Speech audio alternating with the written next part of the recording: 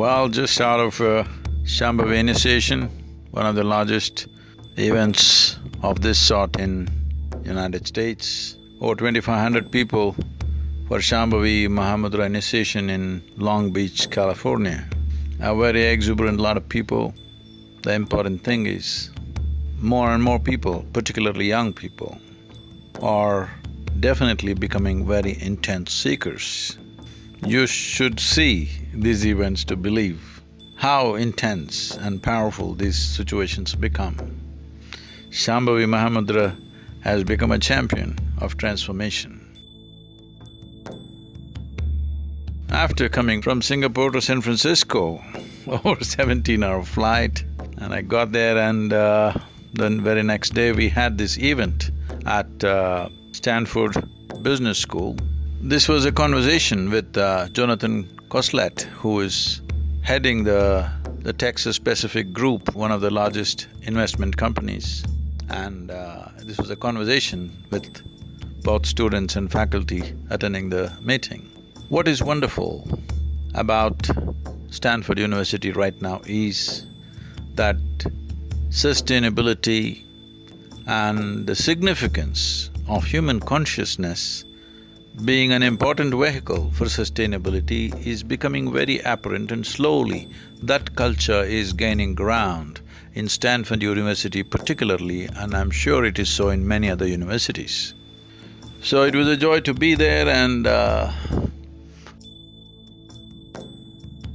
I think generally there has been a very positive response, because what was vaguely forming as a movement in this region, when I articulated very clearly how consciousness is the basis of sustainability, without human consciousness, there is no way to craft businesses, there is no way to craft an economy which is inclusive and sustainable.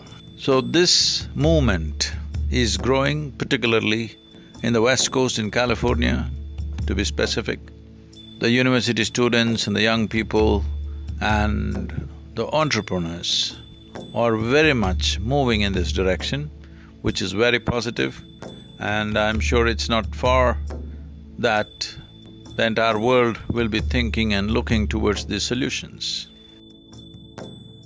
And as a part of that, tomorrow evening, we also have another event, a conversation with Ed Bagley, who is a Hollywood personality, very committed to environmental causes.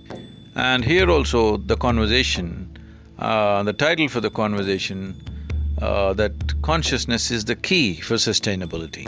So this idea, this movement, this awareness is definitely gaining currency.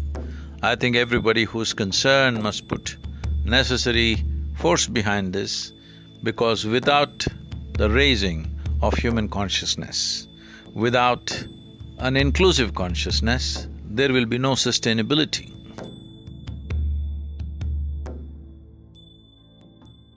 When we say consciousness, today morning I was doing an interview for a local media magazine, a fashion magazine, can you beat that, called Flaunt. So they were talking about… this young journalist was asking me how to expand our consciousness. So the essential thing that everybody needs to understand is, there is no such thing as expanding our consciousness. We are talking this language because we are always identified with limited aspects of life. We are identified with our body, which is definitely a limited boundary. We are identified with our mind and thoughts and emotions, which is again a limited process. We are essentially identified. The modern education systems have made us identify with our knowledge, which means a bank of memory that we carry within ourselves. Memory is a limitation. It is a possibility on one level. On another level, it is also our boundary. What I know and what I do not know is a kind of boundary. What I know is the boundaries in which I live. The yogic system, always the first and foremost thing that you do is, you get identified with what you do not know.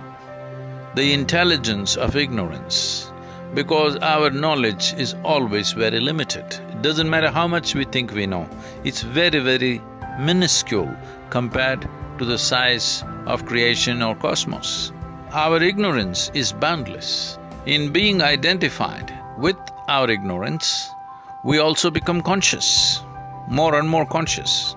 So what we are referring to as consciousness is essentially that which is beyond the boundaries of our physical form and of our psychological structures.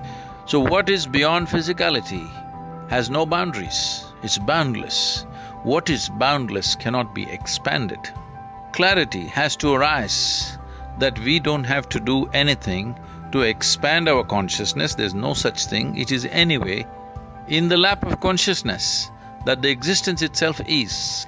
We just have to disidentify with the limited identities that we have taken on of body, mind, society, family, education and variety of other things in terms of race, religion, nationality, gender. Our identification rises beyond the limitations with which we are identified. Consciousness is anyway all out, there is no need to expand this.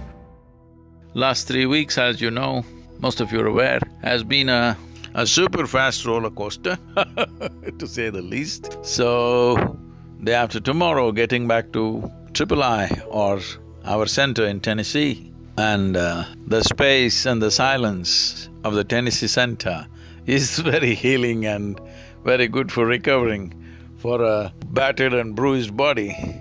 So, looking forward to a couple of days being in that space, and then of course we are active, we are in Philadelphia and various other things happening. So, on this day, I want all of you to at least think. If you're not there experientially, it's all right. Today spend a little bit of time, and every day spend a little bit of time to at least think. Thought can never be boundless, but at least try to think beyond the limitations which you're normally identified with in terms of body, your likes and dislikes, your family, your race, your religion, your nation.